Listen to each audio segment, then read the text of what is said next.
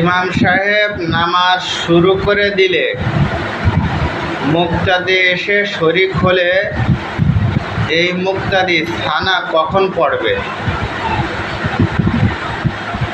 এইটার বিষয় হলো, কোনো মুক্তাদি যদি ইমাম সাহেব নামাজ শুরু করার পর দ্বিতীয় রাকাত, তৃতীয় রাকাত, চতুর্থ রাকাতে শামিল হয়, তাহলে এই মুক্তাদি ইমামের পিছনে সানা পড়বে না।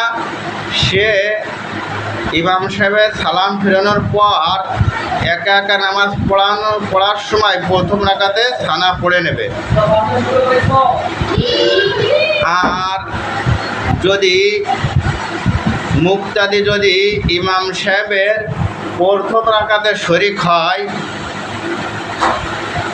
তাহলে ইমাম সাহেব যেই সমস্ত নামাজে কিরাত জোরে পড়তে হয়, যেরকম ফজর, মাগরিব, এশা, এই সমস্ত নামাজে যদি ইমাম সাহেব সূরা ফাতিহা কিরাত শুরু করে দেয়, তাহলে এই মুক্তাদির আর সানা পড়া লাগবে না।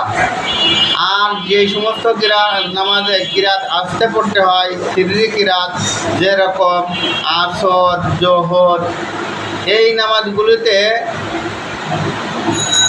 মুক্তাদি যদি ইমাম সাহেবের প্রথম রাকাতে শরিক হয়, তাহলে যে কোনো সময় সানা পড়ে নিতে পারে। দাঁড়ানো অবস্থায় যে কোনো সময় শরিক হলে সানা পড়ে নিতে পারে মুক্তাদি।